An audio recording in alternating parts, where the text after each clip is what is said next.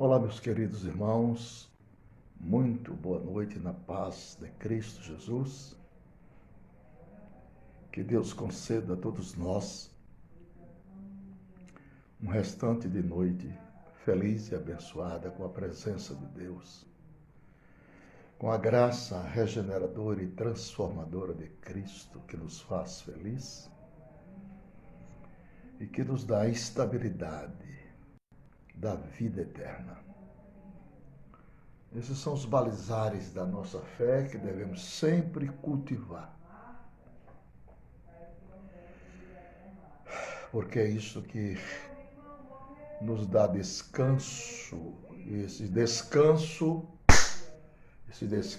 são abençoados, são fortalecidos na esperança e na promessa que recebemos da parte de Deus para conceituarmos dentro do plano da salvação a nossa eterna felicidade. Graças a Deus que nos dá vitória por Cristo Jesus, nosso Senhor.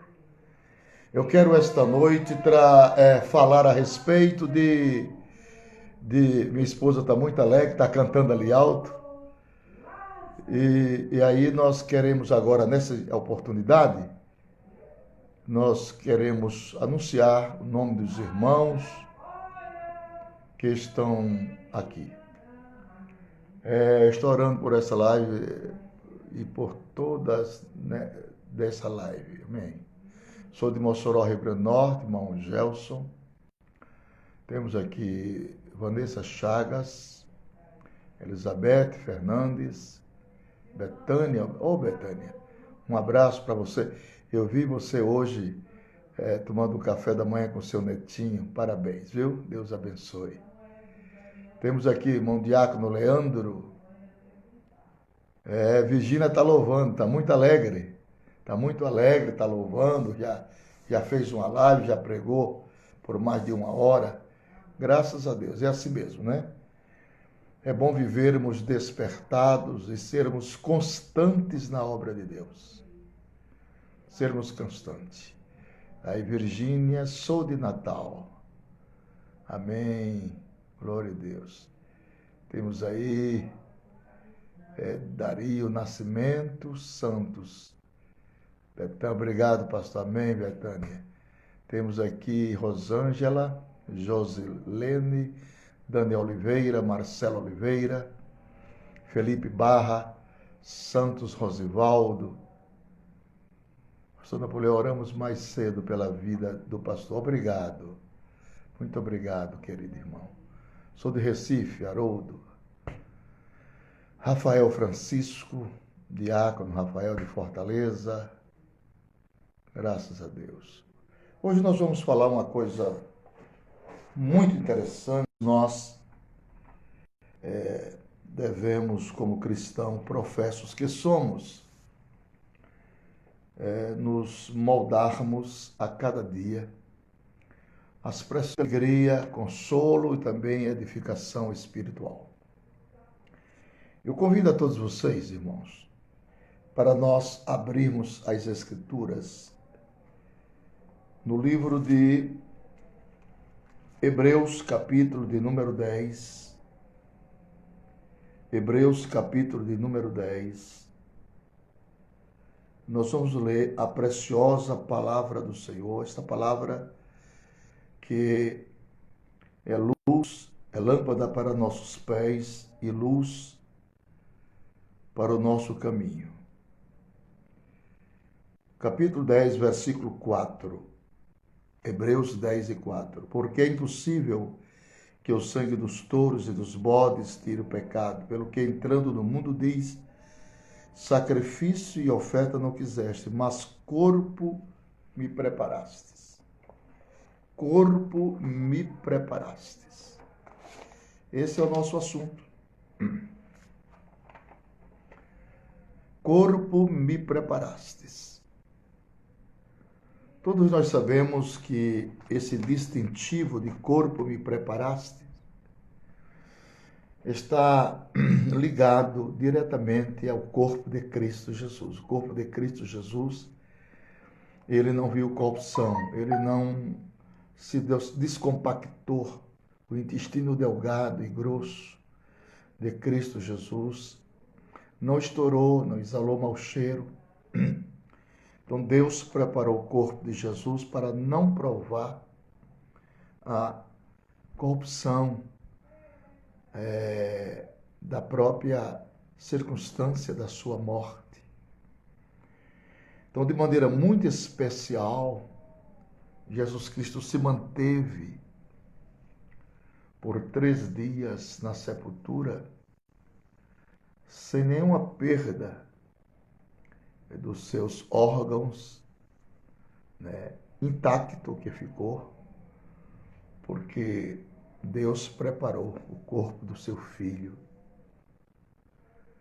para que por todos nós ele efetuasse uma tão grande e generosa salvação. E nós queremos desta feita falarmos sobre a humanidade de Cristo. O Verbo se fez carne e habitou entre nós. É assim que a palavra nos diz. Há 2 grandes e específicos mistérios na Bíblia Sagrada que os grandes deste mundo não conseguem entender. É o mistério da piedade e o mistério da encarnação do Verbo. O mistério da piedade tem relevância com a Trindade. E o mistério da encarnação é um mistério pré-existencial do Cordeiro que foi morto desde a fundação do mundo. São esses 2 grandes e específicos mistérios. Um que trata da Trindade e outro que trata da humanidade de Cristo. Se fez necessário que o Verbo se fizesse carne, o Logos de Deus se tornasse carne e habitasse entre nós. Tornasse carne para sentir as nossas dores e para se compadecer de nós, por tudo aquilo que ele passou no processo agonizante do Calvário. Então, ele agora tem aptidão para sentir as nossas dores, porque ele sofreu as nossas dores por 3 anos consecutivos do seu ministério. E também pelos demais anos da sua infância, ele estava provido de um corpo humano, 100% divino e 100% humano. 100% divino, porque, como filho de Maria, ele teve mãe e não teve pai. Como filho de Deus, ele tem pai, mas não tem mãe. Então, esse é o grande enigma, o grande mistério da encarnação do Verbo.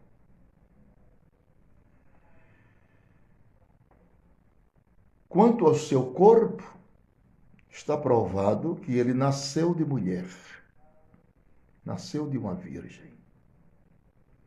Cordeiro imaculado, sem pecado, não teve o sêmen humano no projeto da fecundação, graças a Deus. José também não entendeu o fenômeno, porque Maria estava gestante. Foi quando Deus ordenou que o anjo Gabriel aparecesse a ele em sonhos e dissesse-lhes que ele não temesse receber Maria, porque aquele que estava no seu ventre era do Espírito Santo.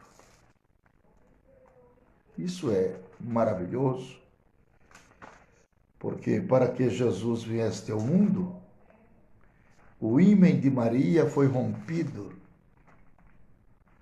de dentro para fora, enquanto o ímen das nossas mães foi rompido de fora para dentro.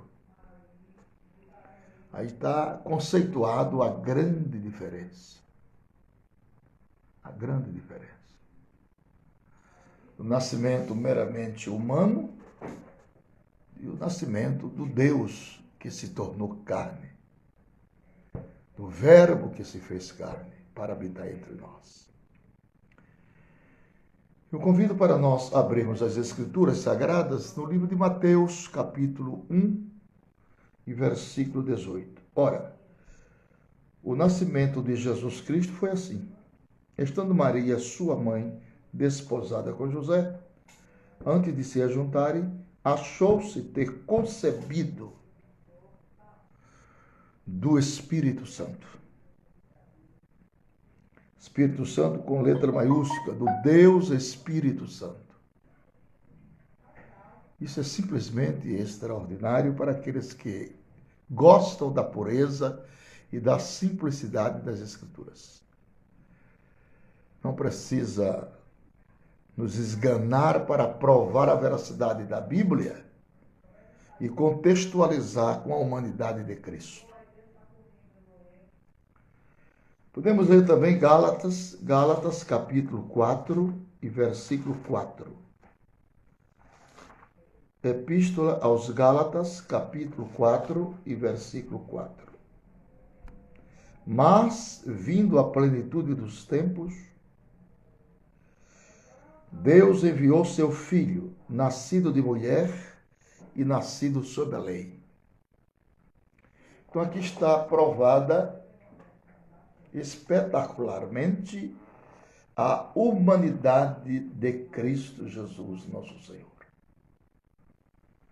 O Deus a quem nós amamos, a quem nós servimos, a quem nós respeitamos, a quem nós glorificamos, a quem nós adoramos.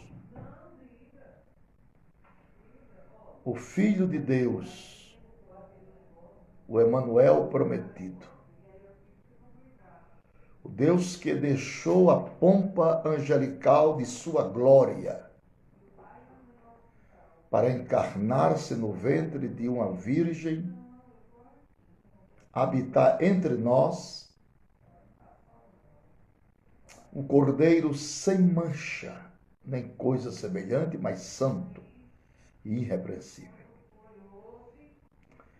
A outra prova da humanidade de Cristo é que ele veio da descendência de Davi. Aqui prova outra vez a sua humanidade. O Jesus humano, o Jesus sofredor, aquele que veio como a raiz de uma terra seca, sem parecer e nem formosura, por causa da paixão da sua morte na cruz. Louvado seja o nome do Senhor. E nós vamos ler isso, que ele veio da descendência de Davi, lendo Romanos capítulo 1 e verso 3. Acerca de seu filho, que nasceu da descendência de Davi, segundo a carne. Então está provado aqui mais uma vez a sua humanidade. Nós não servimos a um déspota, nós servimos a um Deus que se humanizou. Uma certa vez no seu ministério ele disse: as raposas têm seus covis e as aves do céu têm seus ninhos, mas o Filho do Homem não tem aonde reclinar a cabeça. Isso é o estado humanitário, sentindo sono, sentindo fome, sentindo cansaço. Atos capítulo 13, Atos capítulo de número 13, versículos 22 e 23. Atos 13, estamos falando sobre a humanidade de Cristo. Atos 13, 22 e 23. E quando este foi retirado, lhes levantou como rei a Davi, ao qual também deu testemunho e disse: achei a Davi, filho de Jessé, varão conforme o meu coração, que executará toda a minha vontade. da descendência deste, conforme a promessa, levantou Deus a Jesus para Salvador de Israel. Que coisa linda. Por que Salvador de Israel? Poxa, está escrito em João, capítulo 1, Evangelho de João, capítulo 1 e verso 11. Aqui está, porque Salvador de Israel. João 1 e 11. Vamos ver o que diz a palavra do Senhor.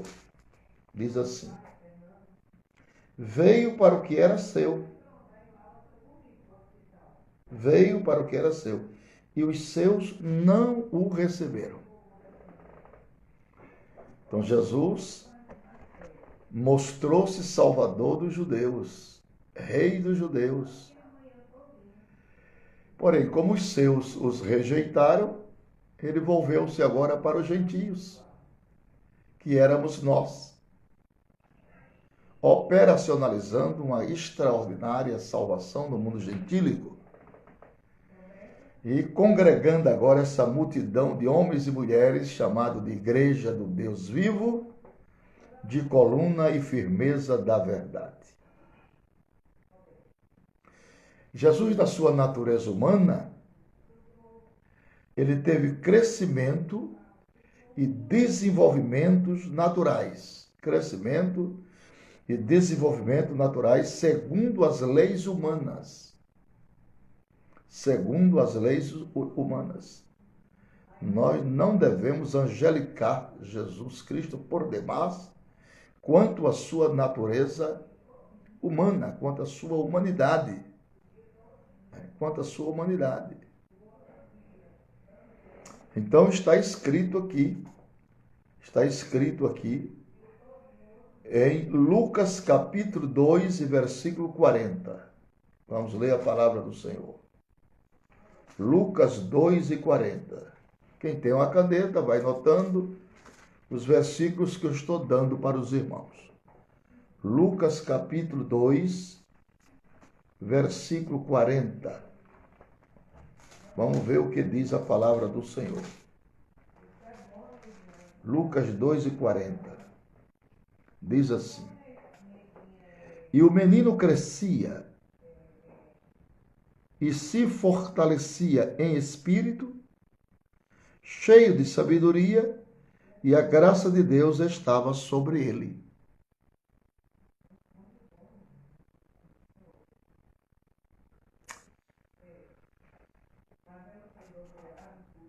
Eu estou dando um estudo bíblico, irmão Valdir. Estou dando um estudo bíblico, eu não estou pregando. Estou dando um estudo bíblico. Irmãos, precisa ter paciência, né? Paciência. Nós não somos máquinas, nós somos gente. Desculpem. Eu estou dando uma palavra de estudo bíblico. Eu não ia nem falar hoje, pedido da minha esposa, eu estou dando uma palavra de estudo. Quem gosta da palavra, aprecia.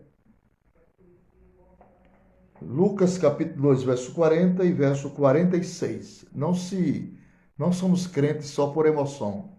Somos crentes também por razão, irmão. Por razão, viu? Lucas 2, 40, já li, agora o 46. E aconteceu que, passados 3 dias, o acharam no templo, assentado no meio dos doutores, ouvindo-os e interrogando-os. Então, isso aqui fala do seu crescimento, do seu desenvolvimento,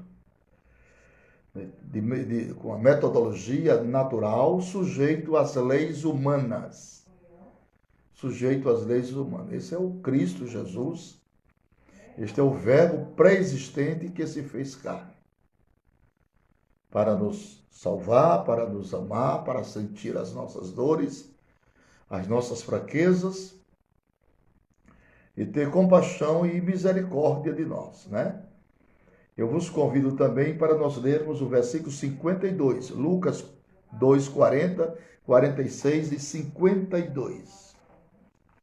Versículo 52. Nos diz assim a palavra do Senhor: e crescia Jesus em sabedoria e em estatura e em graça para com Deus e os homens. Está aqui, mostra-nos outra vez, com toda aquela evidência, o seu crescimento, a sua desenvoltura dentro de uma plataforma natural. Uma plataforma natural sujeito às leis humanas. Ainda convido-os para nós lermos Hebreus, capítulo 5, verso 8. Hebreus 5, 8. Vamos ler a palavra do Senhor, que é digna de toda aceitação. Hebreus 5 e 8. Ainda que era filho, aprendeu a obediência por aquilo que padeceu. E sendo ele consumado, veio a ser causa de eterna salvação para todos os que lhe obedecem. Para todos os que lhe obedecem. Então isso aqui é maravilhoso, nós compreendemos, porque muita gente conhece bem a natureza divina, mas nós precisamos conhecer intimamente a natureza humana de Jesus. Isso faz parte da contextualidade analítica dos fatos em eminência. De tal forma que nós estamos aqui estudando com aqueles que gostam de estudo. Ninguém é obrigado a gostar de estudo bíblico. Eu já fiz uma live hoje de mais de 2 horas de relógio com os irmãos da África e agora estou dando um estudo bíblico para os irmãos. Estava descansando um pouquinho. Minha esposa terminou de dar uma palavra muito bem colocada, Deus a usou muito. E me convidou, faça uma live. Estou fazendo uma live aqui bem descontraída para os irmãos que gostam de ouvir a palavra de Deus sem muita gritaria, né? Tudo tem o tempo, tudo tem a hora. Quando Deus me toma, é diferente. Eu não sou uma máquina, eu sou um ser humano que tenho que ser dirigido pelo Espírito Santo. Então vamos ver mais outro qualificativo da humanidade de Cristo. Outro qualificativo. A sua aparência de homem. A sua aparência de homem. Isso é um dos qualificativos que mostra a perfeita humanidade de Cristo. Sua aparência de homem. Quer dizer, ele foi provido de um corpo físico, como o meu e o seu, com todos os órgãos. O diafragma, com o intestino delgado, com o intestino grosso, seco, colo, reto, duodeno, genjoelho, trompa de Eustáquio, fêmur, maxilar superior, maxilar inferior, mandíbula, né? Rins, baço, fígado, todos os órgãos do sentido, olfato, audição, visão, paladar, tudo. Para mostrar que Jesus era o verbo de Deus que se fez carne, que se humanizou. Então nós servemos a um Jesus humano e divino. Humano historicamente, profeticamente, analiticamente, na sua encarnação, e divino, porque ele já existia com o Pai e subiu, voltou para a casa de onde ele veio, a casa do Pai. Então nós temos aqui Mateus capítulo 26 e versículo 12. Mateus 26 e 12. Com muita calma, vamos ver. E os irmãos que se interessarem, por gentileza, anotem, né? Mateus 26 e 12. Nós estamos falando da humanidade de Cristo para os que estão entrando agora. A humanidade de Cristo. Mateus 26 e 12. Olha o que diz. Ora, derramando ela este unguento sobre o meu corpo, fê-lo preparando-me para o meu sepultamento. Então ele tinha um corpo humano, porém sem pecado. Primeiro porque o embrião, o gênese do pecado do homem não adentrou, ele não foi gerado com esse gênese pecaminoso do homem. Ele foi concebido pelo Espírito Santo. É diferente. Então, não ovulou no ventre materno o espermatozoide humano. Ele foi gerado por obra e graça do Espírito Santo. Isso é maravilhoso. Nós sabemos que o nosso Jesus não era um déspota, que ele veio montado num cavalo baio, com uma metralhadora na mão, atirando em todo mundo. Não, senhor. Não, senhor. Certamente era isso que os judeus esperavam. Certamente era isso que os judeus esperavam. Que o Messias viesse montado num cavalo, com a metralhadora, atirando em todo mundo. O Messias veio montado num jumento emprestado. Porque o reino de Deus não vem com aparência exterior. Nem diz-lo ele aqui ou ele ali. O reino de Deus está dentro do homem. Está dentro do homem. Por isso que tropeçaram nesta pedra de esquina, Jesus Cristo. Porque certamente a ótica que eles tinham do Salvador, do Messias, era de um cavaleiro valente, né? E ele veio manso, humilde, de coração. Quando ele entrou na sinagoga, vamos ver o que está escrito aqui em Lucas capítulo 4. Olha que coisa interessante a entrada dele na sinagoga. 4:18. Olha o que diz. Ele chegou na sinagoga, no verso 17, e foi-lhe dado o livro do profeta Isaías a Jesus. E quando abriu o livro, achou o lugar em que estava escrito: o Espírito do Senhor é sobre mim. Vamos ver as particularidades desse discurso profético e o que Jesus omitiu. O Espírito do Senhor é sobre mim, pois que me ungiu para evangelizar os pobres, enviou-me a curar os quebrantados do coração. Verso 19.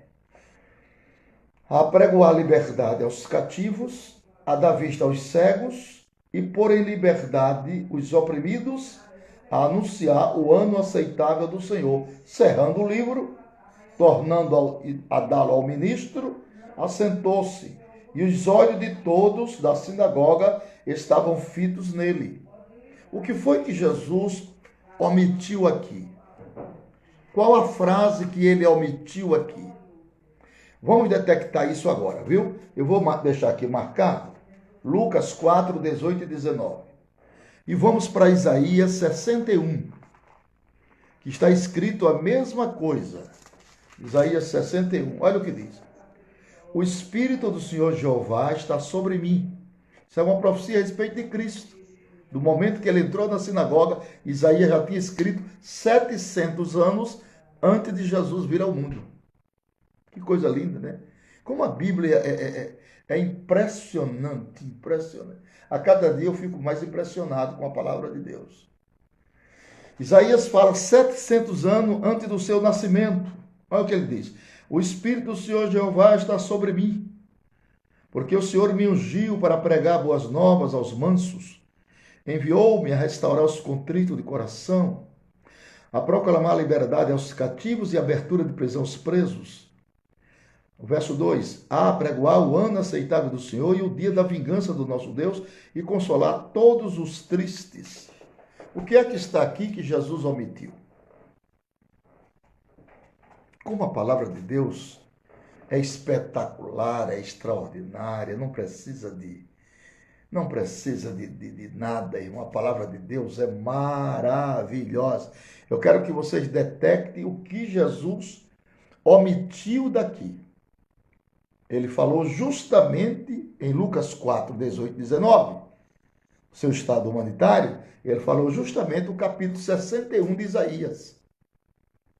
Ele falou o capítulo 61, versos 2 e 3.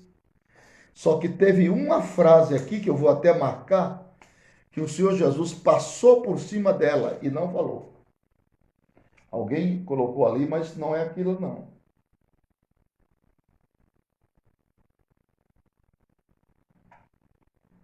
Pronto. Eu marquei a frase que ele passou e não falou ela. Sabe qual foi? Ele não falou esta frase, o dia da vingança do nosso Deus. Essa ele não falou. Essa ele passou por cima.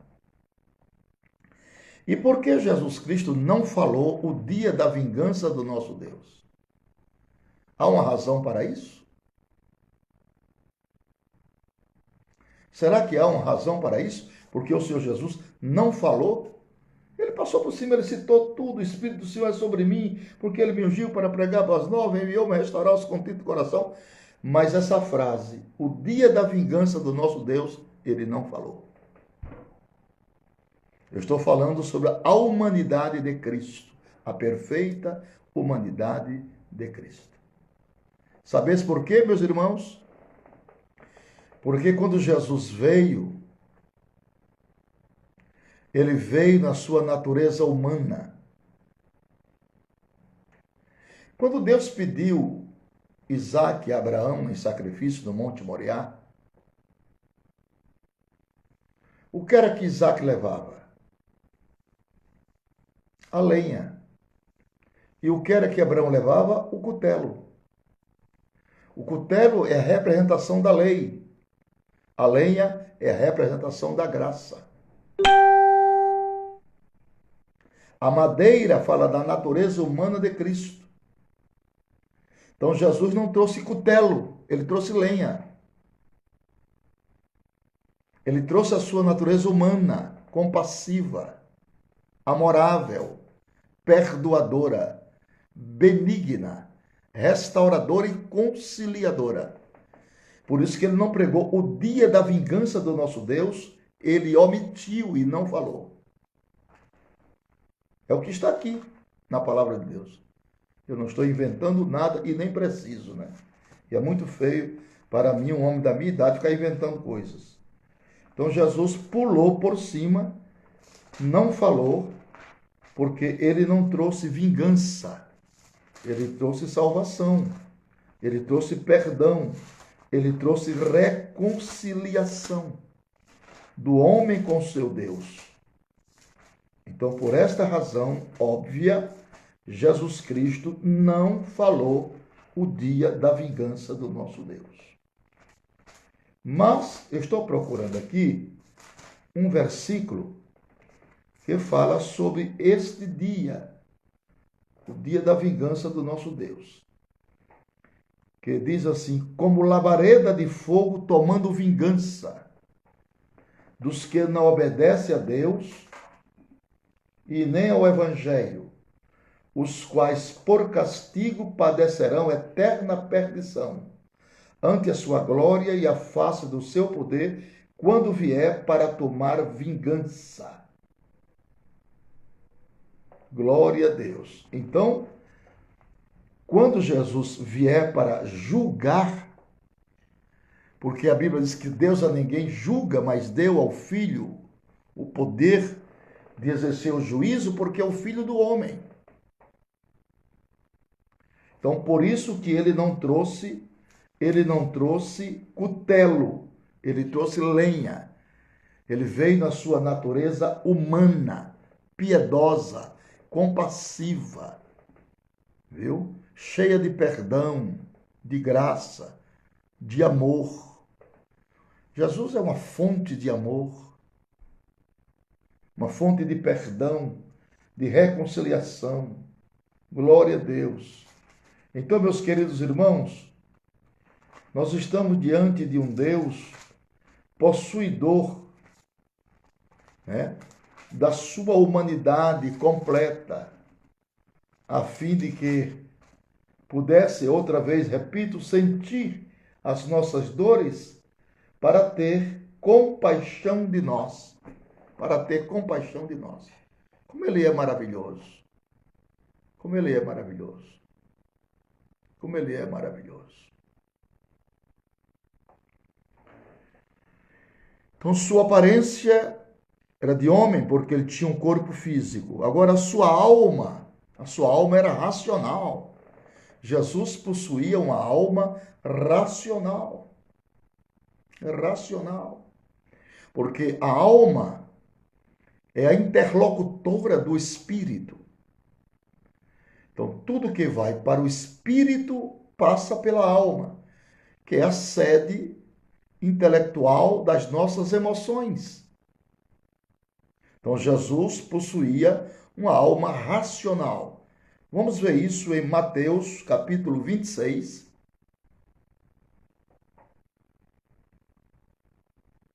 Mateus capítulo 26, verso 38. Mateus 26 e 38. Alma racional. Mateus, Evangelho de São Mateus, capítulo 26, verso 38. Olha o que diz. Então lhes disse: a minha alma está cheia de tristeza até a morte. Ficai aqui e vigiai comigo.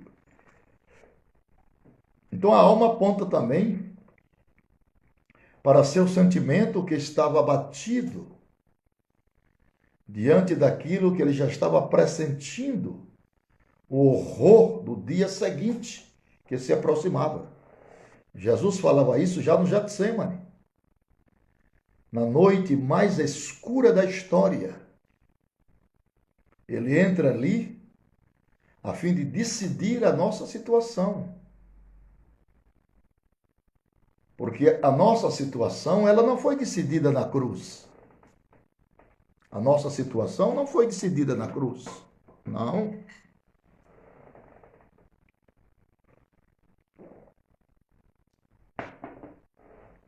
Deus não resolveu a nossa questão na cruz.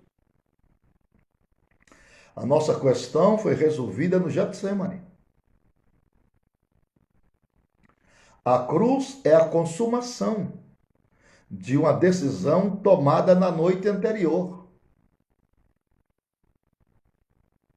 Foi ali onde ele tomou a decisão, quando houve o antagonismo. Quando houve o antagonismo da parte humana com a parte divina.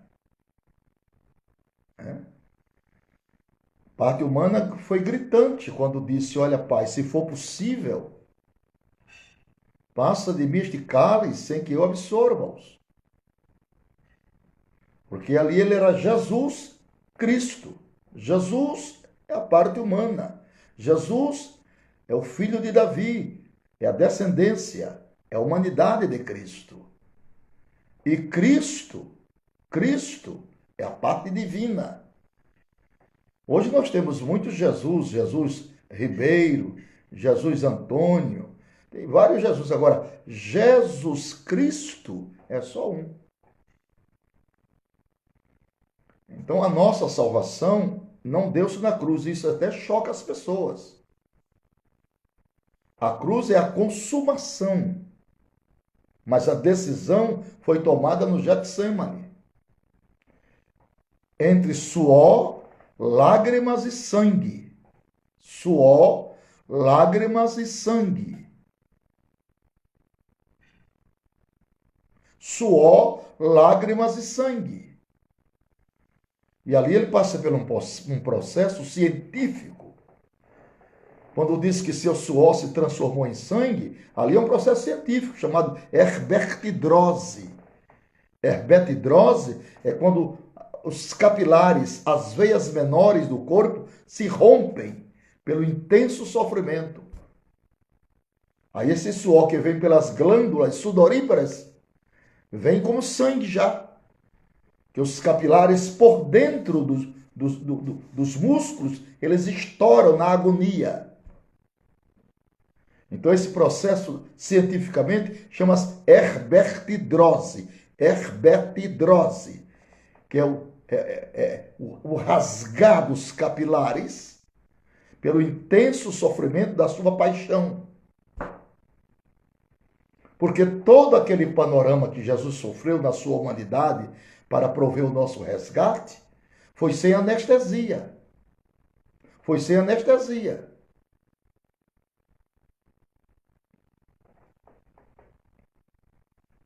E você sabe aquele momento da agonia dele lá em cima da cruz, lá no alto,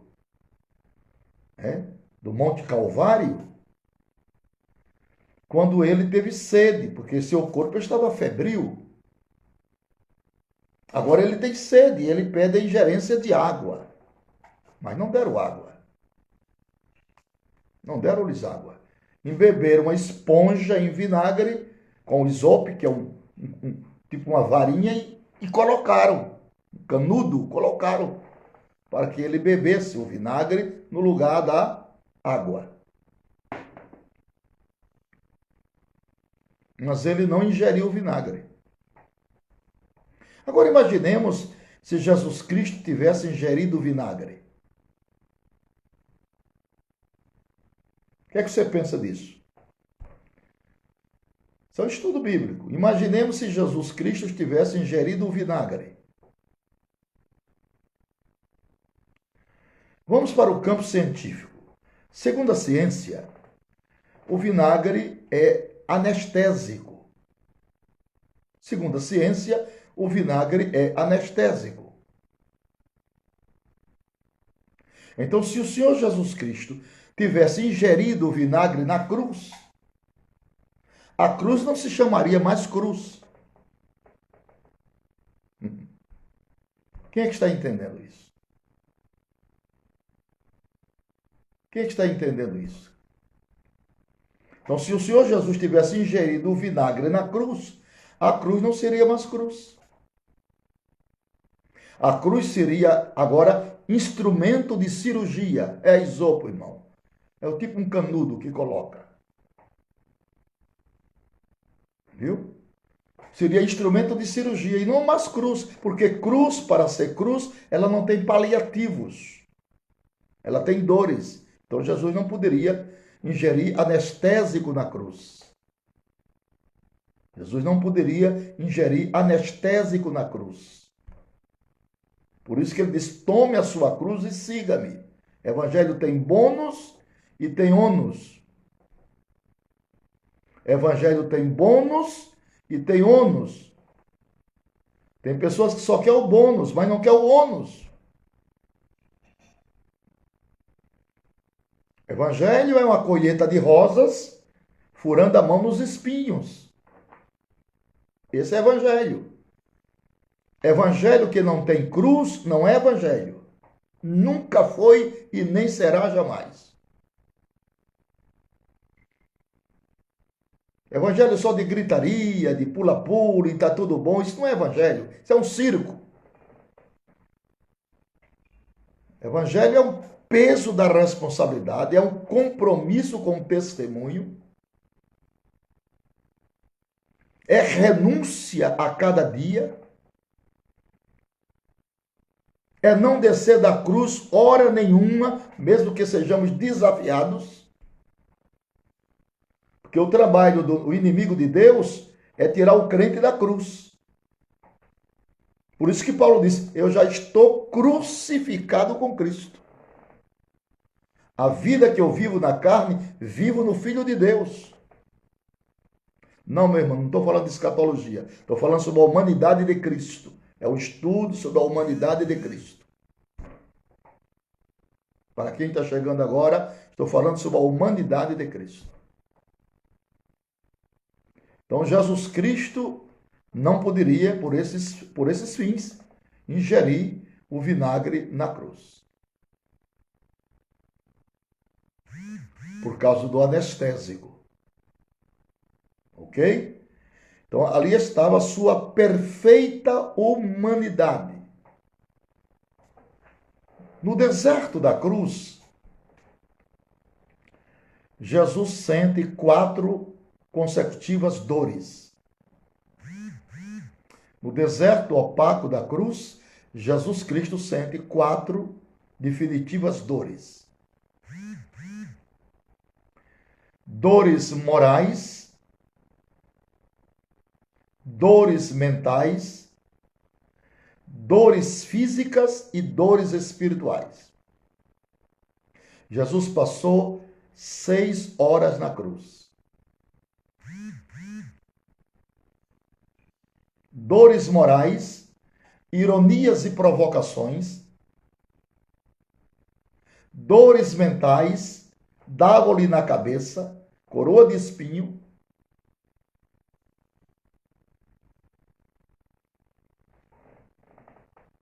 dores físicas, cravos, de ferro de 10 centímetros, sem anestesia, nos pés e nas mãos, e dores espirituais. Dores espirituais. Ele sentiu, a sua humanidade sentiu dores. Dores espirituais, que eu chamo esta dor espiritual a mais terrível. Essa dor espiritual que Jesus sentiu na sua humanidade lá na cruz, era a ausência temporária do Pai. Porque ele não se fez pecador por nós. A Bíblia não diz isso. Ele se fez pecado por nós. Ele tornou-se o nosso substituto vicário. Nosso substituto vicário. Aí vem a doutrina da imputação. É aquela doutrina lá de Filemon, que Paulo escreve para Filemon, para que receba o escravo fugitivo que era Onésimo, e diz, olha, se ele te deve alguma coisa, põe tudo na minha conta, isso é imputar. E quando eu passar por aí, eu pago. Então Deus debitou as nossas dívidas na conta do seu filho, e ele pagou. Pagou com uma moeda que o pai aceitou. Não foi mais sangue de bodes nem de ovelhas, mas o seu precioso sangue, como de um cordeiro imaculado e incontaminado. Coisa linda, irmão. Ah, louco. Uma pessoa que se diz crente, para não gostar de uma palavra dessa, irmão, ele já me disse como é que está a sua vida espiritual. Não precisa me dizer mais nada.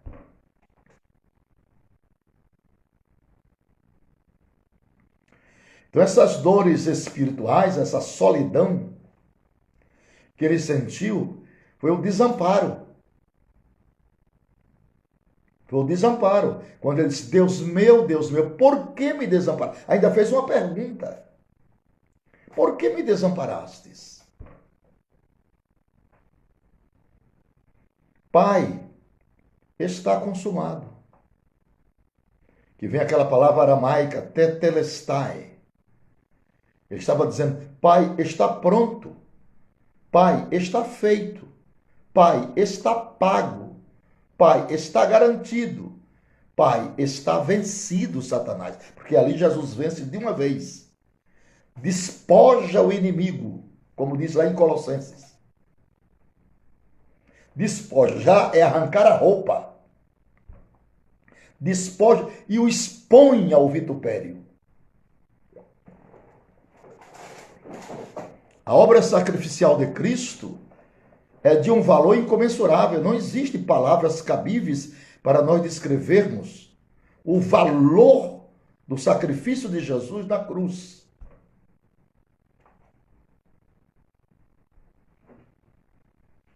Alebasi kandi ome kele surie. Ere sore kencho. Glome deha suride kalada suribe. Abalasio tiome kenti alamandara suria. Kala sorime. Alematu resitio. Aleluia. Aleluia. Irmãos, eu tenho as minhas fraquezas humanas, sou um pecador, mas eu não gosto de um pingo de gracejo com as coisas de Deus. Eu sou inimigo de chocarrice, eu sou inimigo de gracejo com as coisas de Deus. Deixa Deus te usar. Essas frases eu não gosto nem de ouvir isso. Porque a palavra de Deus, irmão, isso aqui é diferente. Isso aqui não é um show que você vai se exibir. Não é isso, não. Isso aqui não é um show de competição, quem prega melhor, quem canta melhor. A pregação do Evangelho não é show. A pregação do Evangelho é uma exposição sobre a égide de uma revelação bíblica. E para isso, o homem precisa estar à disposição de Deus. Porque se Deus não tocar no vaso de barro, não sai nada, só enche a boca de língua e não sai nada. Então eu não gosto dessas coisas. Varão, não sei o quê. Esse linguajar não é comigo, não gosto dele, não faz parte do meu cardápio. E brincadeira com as coisas de Deus eu detesto. Detesto. Não gosto nem de outros tipos de brincadeira, quanto mais brincar com as coisas de Deus. Não gosto. As coisas de Deus têm que ser levadas muito a sério, com muito respeito. Muito respeito. Todo respeito que você usar para com a coisa de Deus ainda é pouco, ainda é muito pouco. Jesus merece um linguajar bíblico, um linguajar sublime. O Senhor Jesus merece. Eu até peço perdão que chamei ele só de Jesus. O Senhor Jesus merece um linguajar sublime dos pecadores, nós miseráveis pecadores, que precisamos tanto do seu favor, tanto da sua misericórdia para sobrevivermos. Então esse evangelho de brincadeira, de gracejo, que mistura evangelho com futebol, que mistura com... Não conta comigo, nem senta para a minha idade andar falando dessas coisas. E nem quando era jovem gostei disso. Fui pastor com 9 meses de crente. Então as coisas de Deus, meus irmãos, as coisas de Deus são finas. O sumo sacerdote, na dispensação de lei, da lei, ele entrava no Santíssimo uma vez por ano. Uma vez por ano. Irmão, servia a Deus com reverência e piedade, tá certo? Reverência e piedade. O sumo sacerdote entrava no Santíssimo uma vez por ano, no Santíssimo. Arão. E sabe o que é que a tradição diz? Que na noite anterior ele não podia dormir. A família não deixava ele dormir. Por quê? Para não ter sonhos fora do propósito. Para não ter sonhos fora do propósito. Sonhos. Que ele ia enfrentar o Deus eterno. Ele ia estar frente a frente com Jeová, o Senhor dos exércitos. Então ele precisava se preparar em todos os sentidos. Psicologicamente, emocionalmente, espiritualmente, moralmente. Para... Na ortodoxia judaica, há rabinos ainda hoje, que para escrever o nome de Deus tem uma pena diferenciada. O respeito que se tem pelo nome de Deus. Hoje os crentes brincam demais, umas brincadeiras sem graça, viu, irmão? Sem graça. Umas brincadeiras sem graça. Eu tenho até nojo dessas brincadeiras dos crentes de hoje em dia. E parece que a pandemia vem e o povo não muda, não. O povo não muda. É uma brincadeira sem graça, é uma leviandade com o nome do Senhor, uma leviandade com os dons espirituais. Pessoas imitando línguas estranhas. Quem já viu isso, irmão? As línguas estranhas é um predicativo do Espírito Santo. Se uma pessoa fica brincando com as línguas estranhas, isso é uma blasfêmia. As línguas são estranhas. É estranha porque não é daqui. Se fosse daqui, eram línguas conhecidas. Então tem que haver respeito às coisas de Deus.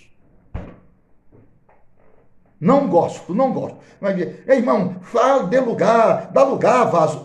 Essa linguagem para mim é horrível. Não gosto disso. Eu detesto. Detesto. Chama de pastor. Como é que vai, pastor? O senhor está bem?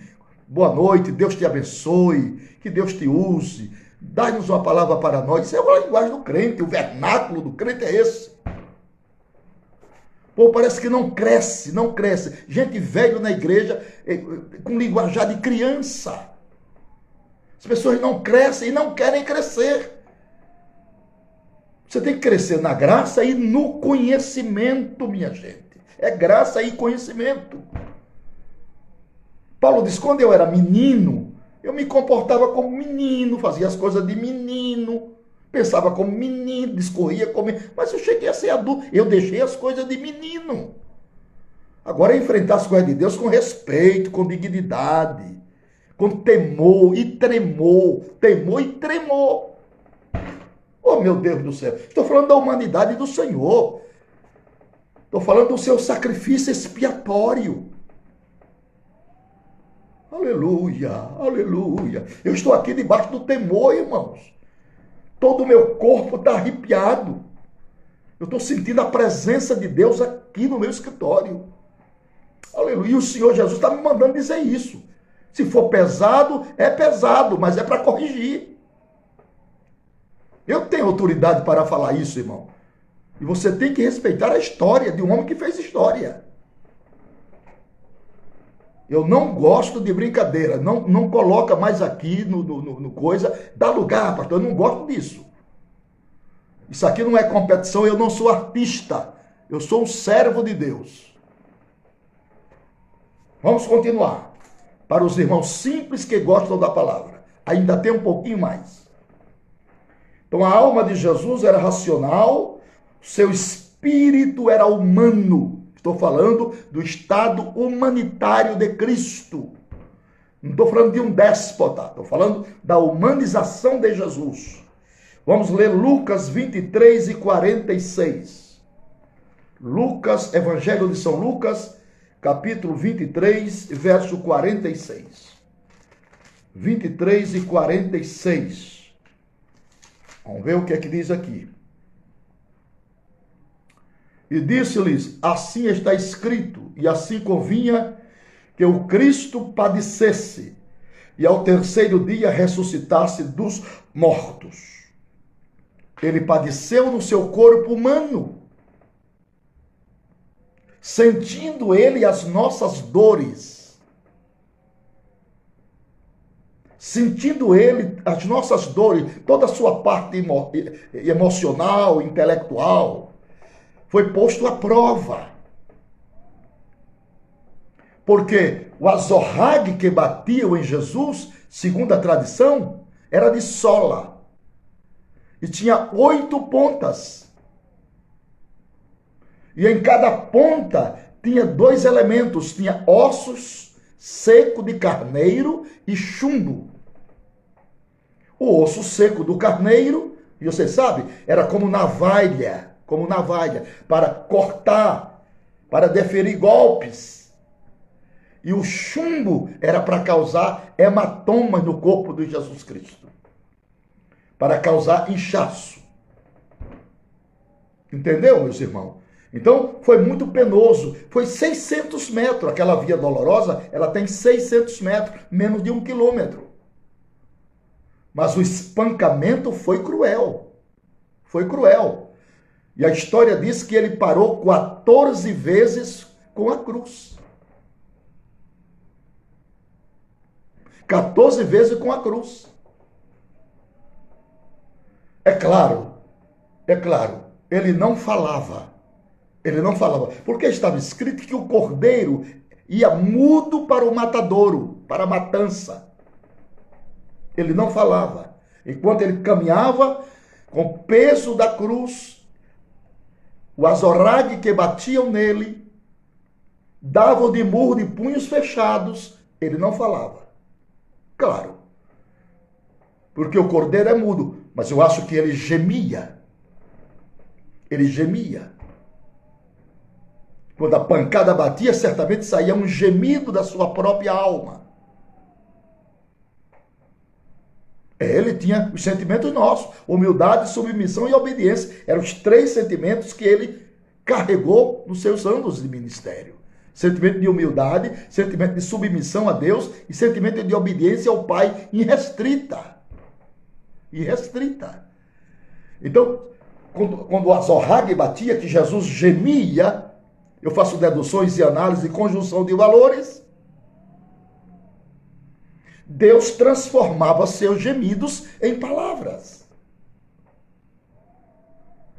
Porque só Deus pode transformar gemidos em palavras.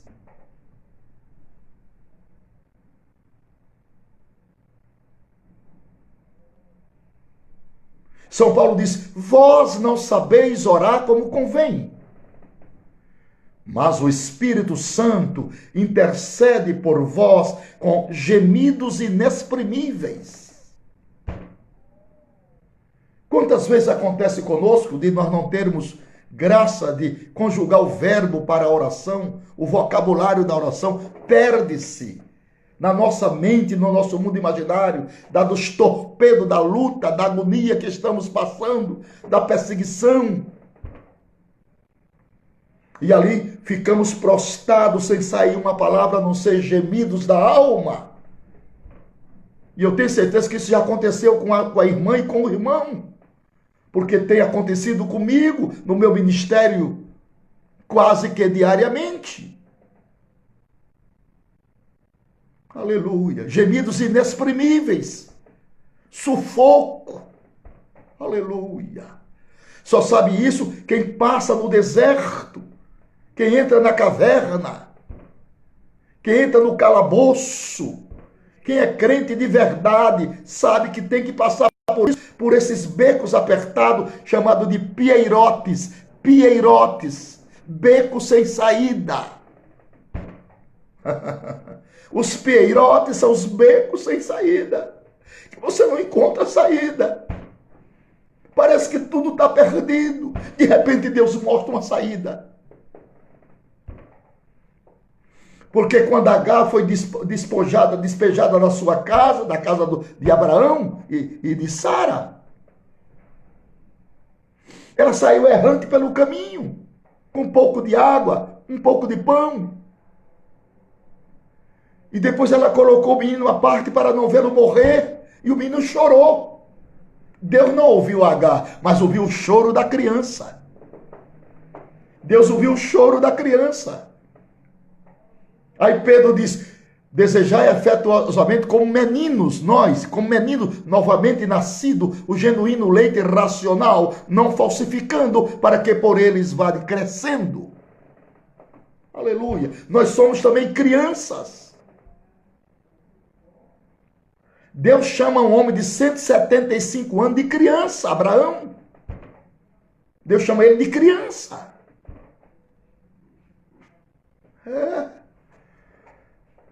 Ele disse, Abraão, a primeira vez que eu me manifestei a você, eu era Jeová Jireh. Eu era Jeová Jireh, o Senhor da tua provisão. Agora eu sou Jeová El Shaddai. El, Deus, Shad, no hebraico, seios que amamentam. Pode uma mãe se esquecer do seu filho a que amamenta, eu não me esquecerei de ti, diz o Senhor. Aleluia, aleluia, aleluia. Eu estou falando, senhoras e senhores, da humanidade de Cristo. A humanidade de Jesus Cristo. Glória a Deus. A Bíblia diz que ele ficou sujeito ao cansaço. Ao cansaço. O seu corpo era provido de cansaço. Cansaço físico, cansaço mental. Ele sentia. João 4, verso 6. Evangelho de João, capítulo 4, versículo 6. Vamos ler a palavra do Senhor. E estava ali a fonte de Jacó.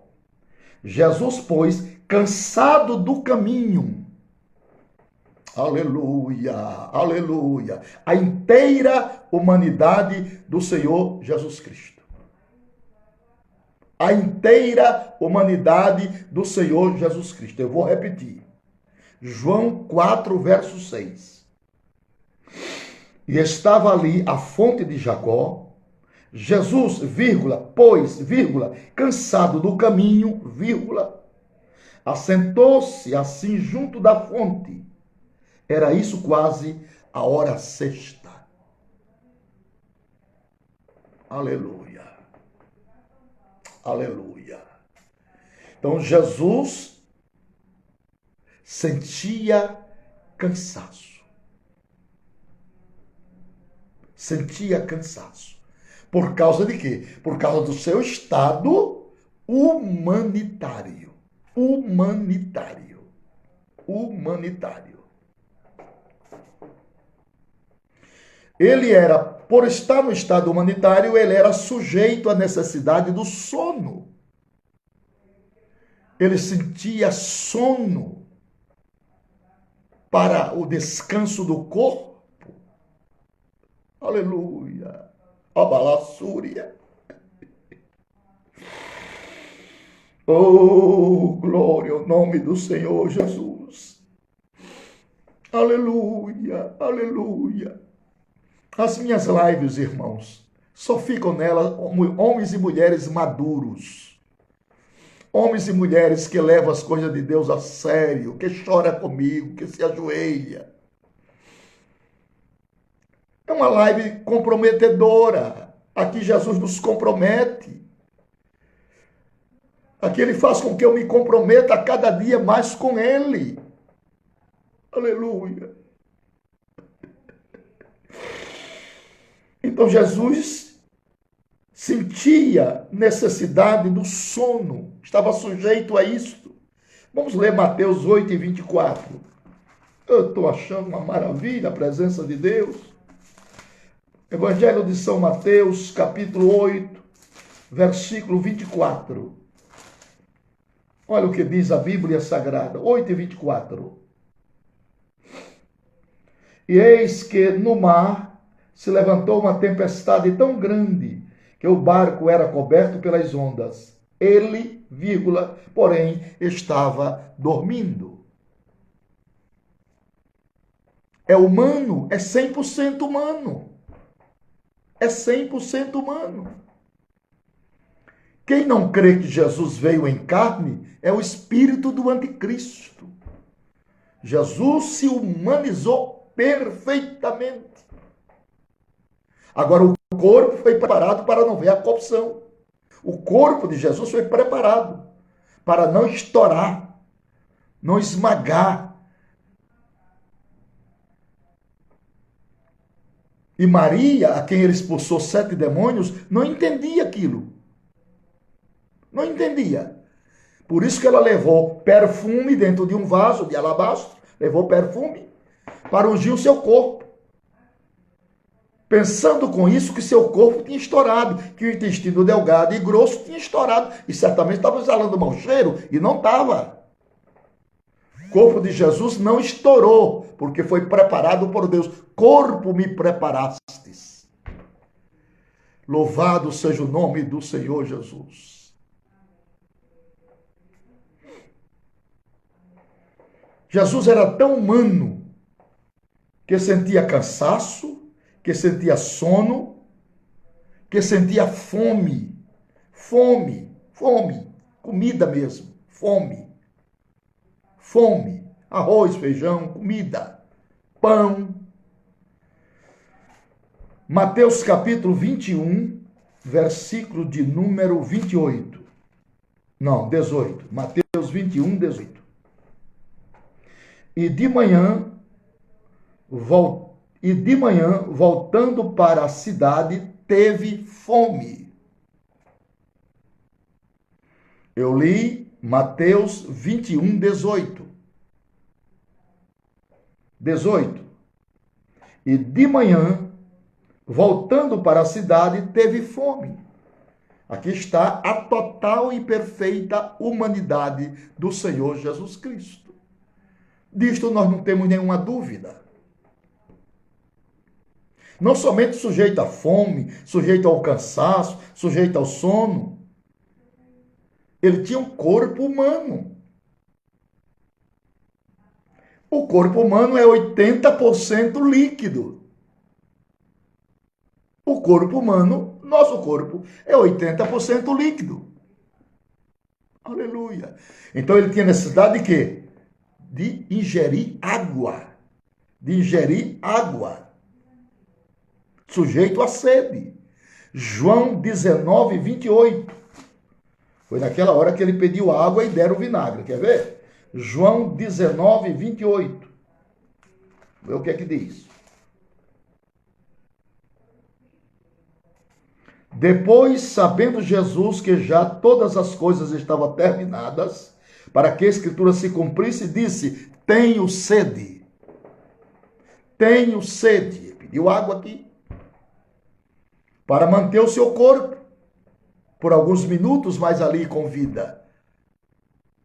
Porque já havia perdido muito sangue. E a ação de quem perde muito sangue é pedir água. Já assisti morte de pessoas na minha terra, aqui, na Paraíba, que matado com faca peixeira, o sangue saindo e a pessoa pedindo água, água, água, água. Era isso que Jesus sentia, necessidade de água. Necessidade de água. Então, prova da sua perfeita humanidade.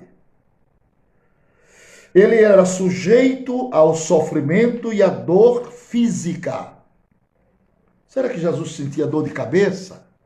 As pessoas pensam que ele era uma máquina. Não era máquina, não. Era gente. Era corpo humano mesmo. Corpo humano, humanizado.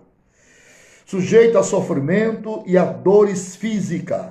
Lucas 22, 44. Lucas 22, 44. E isso não desprestigia Jesus Cristo em nada. Lucas 22, 44. E posto em agonia, orava mais intensamente. E o seu suor tornou-se em grandes gotas de sangue, que corria até o chão. Que corria até o chão. Sujeito a sofrimento e a dores físicas. Seu estado humanitário lhe levava a isso. Lhe levava a isso. Tinha capacidade para crescer em conhecimento. Tinha capacidade de crescer em conhecimento.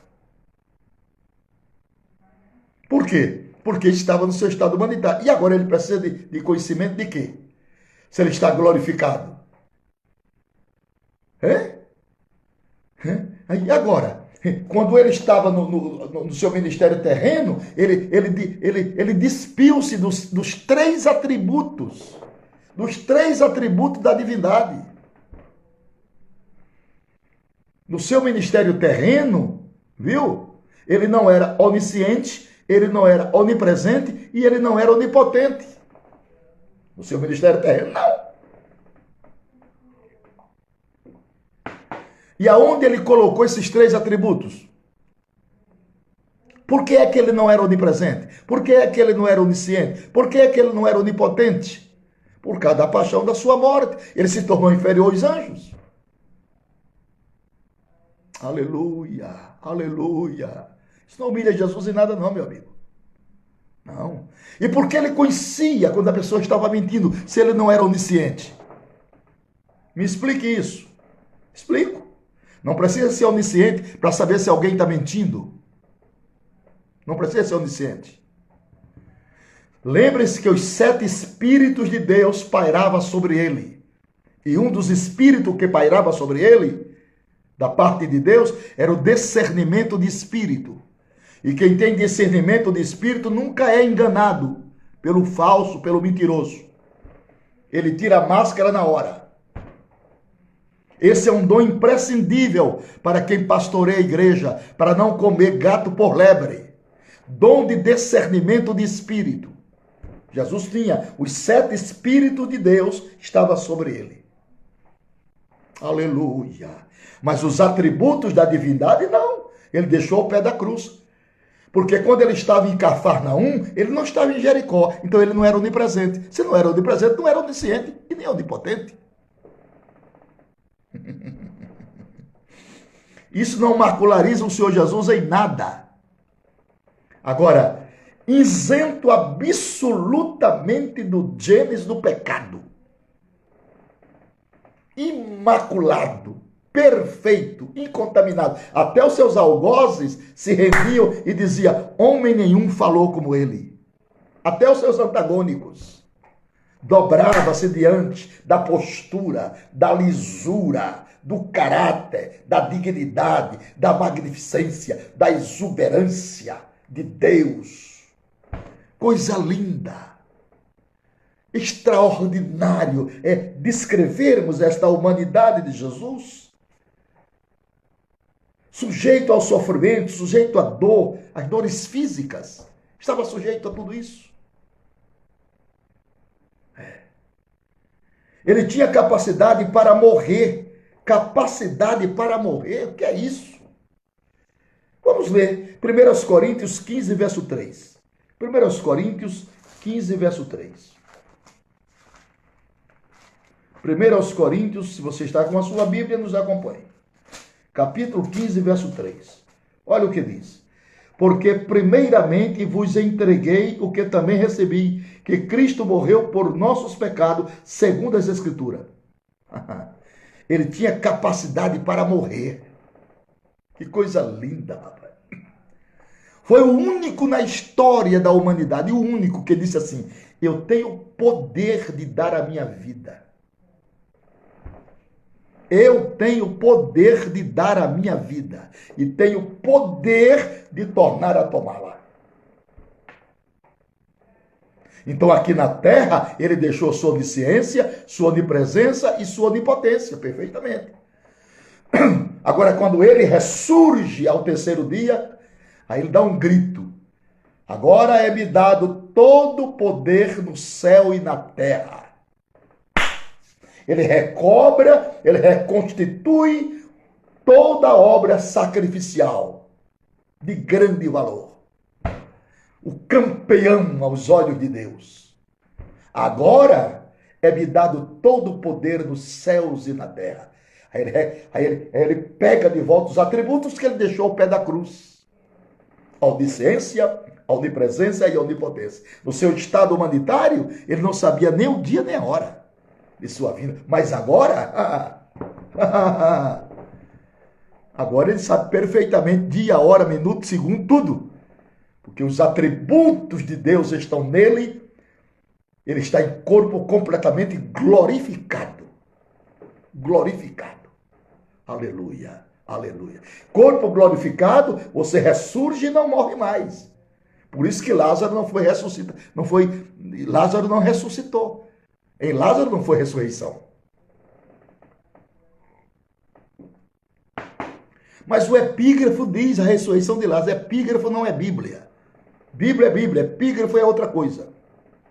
O epígrafo também diz que Elias subiu ao céu num carro de fogo. O epígrafo também diz. Mas Elias não subiu ao céu em carro de fogo, não. Elias não subiu ao céu em carro de fogo. Então temos que pensar nessas coisas. Quantas vezes se ouve pregar que até a sombra de Pedro curava? Sombra cura ninguém, irmãos. Sombra de Pedro curou ninguém. Elias subiu ao céu em carro de fogo, coisa nenhuma. Segundo Reis, capítulo 2, verso 11, diz assim: indo eles andando e falando, vírgula, eis que carro de fogo, com cavalo de fogo, ponto e vírgula, os separou um do outro. Sim. E Elias subiu ao céu num redemoinho. O carro de fogo separou um do outro. Mas quem levou ele ao céu foi um redemoinho. A sombra de Pedro não curava ninguém. Atos 5. Os enfermos eram trazidos em camilhas para que o menos a sombra os cobrisse e todos eram curados. Pela sombra não, pela fé. Sombra provoca uma imagem, mas quem cura é fé, amigo. Sombra provoca uma imagem. A imagem da sombra só perde ao meio-dia. Quando é ao meio-dia você não vê mais sua sombra. Ao cair da tarde voltam as sombras. Tem que dizer que a sombra de Pedro curou é conversa fiada, irmão. Isso é força de expressão, porque o púlpito pentecostal é lugar de fortes emoções. E quando não são controladas, você pode ser traído por elas. A sombra de Pedro produzia uma imagem, cobria-os. Agora quem cura é fé. Sempre foi. Tendes fé, tendes fé, tendes fé, tendes fé, tendes fé. Para remover montanhas. Fé. Sombra provoca só imagem. E Elias não subiu ao céu em carro de fogo. Então tem que ver todas essas coisas e observar. Então, Jesus tinha capacidade para crescer em conhecimento, tinha capacidade para morrer. Dou a minha vida, tenho poder de dar e poder de tornar a tomá-la. Tinha capacidade para crescer em conhecimento, de adquirir conhecimento, até de adquirir conhecimento. Meu Deus! Isso é que é live. Muito obrigado, irmã Nathanielton. Obrigado, irmã Nathanielton. Ele tinha capacidade para crescer em conhecimento e para adquirir conhecimento. Essa de adquirir conhecimento eu quero ver. Marcos capítulo 11, versículo 13. Marcos 11 e 13. Marcos 11 e 13. Já está aqui. Capítulo 11, versículo 13. Olha o que diz. Vendo de longe uma figueira que tinha folhas, foi ver se nela acharia alguma coisa. E chegando a ela, não achou senão folha, porque não era tempo de figos. Não era tempo de figos. 11, 13. O que é que isso nos ensina? Que o seu conhecimento pedagógico era limitado. Por causa da paixão da sua morte. O verbo se fez carne, minha gente. O verbo se fez carne. Agora, completamente isento do pecado. Isso é que é o mais importante. Porque ele já estava tipificado lá na oferta do sacrifício do tabernáculo. Cordeiro já vinha de lá. Então, ele não podia macularizar-se, senão a nossa salvação estava em perigo. Nossa salvação estaria em perigo. Ele não podia macularizar-se. Tinha capacidade de se limitar em seu conhecimento. Limitação de seus conhecimentos. Mateus 13, 32. Limitação dos seus conhecimentos. Mateus 13, 32. Se não humilha o Senhor Jesus em nada. Mateus 13, 32. O que é que diz, meu Deus? O qual é realmente a menor de todas as sementes, mas crescendo é a maior das plantas. E faz-se uma árvore, de sorte que vêm as aves dos céus e se aninham nos seus ramos. Então Jesus estava provido para adquirir conhecimento. Na própria lei da física, da lei da natureza. Então Jesus buscava conhecimento, revelações, na própria natureza. Lírio dos campos. Quantas vezes ele falou do lírio dos campos? Quantas vezes falou de parábola de fermento, as parábolas da rede, a parábola do grão de mostarda? Era tudo na proficuidade do conhecimento, das coisas latentes, das coisas que nos ensinam aqui no ciclo histórico da nossa vida aqui na Terra. Ele não estava... São lições práticas das coisas, conotando lições espirituais de cima. Mas primeiro, ele se identificava com as coisas daqui. Viu? Lírio dos campos, grão de mostarda, parábola do fermento. Isso tudo trazia para ele um compêndio de esclarecimento e de aprendizado.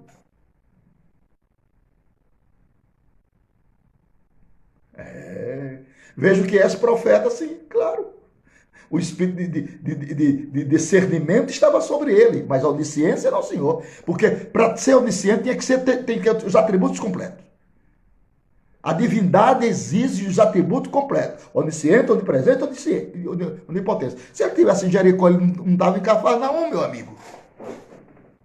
Como é que ele era onipresente? Agora a pergunta é onde é que ele não está? Pergunta agora onde ele não está. Porque até no inferno ele está. Não a sua pessoa, mas a sua ira. A sua ira está lá. Não a sua pessoa, mas a sua ira está lá. Eu vou continuar aqui dando a minha aula. Eu não tenho nada de explicar nada, irmão, que o senhor coloca aí. Eu vou dar a minha aula. Tinha capacidade de se limitar em seu conhecimento, ele dependia da oração para ter poder. Dependia da oração, essa é forte. Marcos 1 e 35. Ele dependia da oração. Ele dependia de orar. Se Jesus dependia de orar, imagina nós, né? Marcos 1 e 35. Olha o que diz a palavra do Senhor. Olha lá. E levantando-se de manhã muito cedo, estando ainda escuro, saiu e foi para um lugar deserto. E ali orava. E ali orava. Ele precisava nutrir as suas forças através da pedagogia sistemática da oração. Assim como nós precisamos de orar para termos forças suficientes para permanecermos firmes, inabaláveis na nossa crença, assim Jesus também precisava de orar para manter firme para dar cabo ao seu ministério, para dar cabo à sua missão. Ele precisava de forças do Pai. E por isso ele sempre estava orando nas madrugadas e nos montes, buscando a Deus. Terminamos agora a nossa live. Hoje eu falei sobre a humanidade de Cristo. A humanidade de Jesus Cristo. Se essa aula lhe serviu, glorifique a Deus. Guarde no seu coração toda exortação, toda edificação, toda repreensão. Uma verdadeira aula, ela tem 3 elementos: edificação, exortação e consolação. Viu? Senão não é uma aula bíblica. A aula bíblica é para parar as arestas.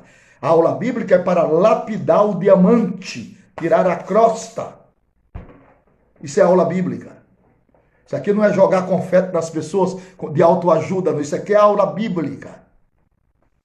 Para nos lapidar, para nos burilar, para apresentar o homem de Deus de acordo com a lapidação que está inserida nos princípios fundamentais das doutrinas bíblicas. Que Deus nos ajude e nos dê muita graça. Amanhã, se Deus quiser, se Deus permitir, eu voltarei. Para outra aula, vou pedir a Deus qual é o assunto para amanhã. Quero só lembrar a todos que se alguém tem interesse pelo nosso curso do Tabernáculo, já está na nossa plataforma. São 20 lições espirituais sobre o Tabernáculo de Moisés. Ok? Está melhor, meu irmão. O meu genro está melhor. Muito obrigado. Está melhorando devagar. É muito lento, mas graças a Deus e às orações dos santos. Então, se alguém quiser, se estiver interessado, se acha que quer me dar esse crédito, quer fazer esse curso comigo, o Tabernáculo de Moisés, eu tenho lá na plataforma 20 lições já. E como eu faço, pastor? Você entra no link da bio no meu Instagram.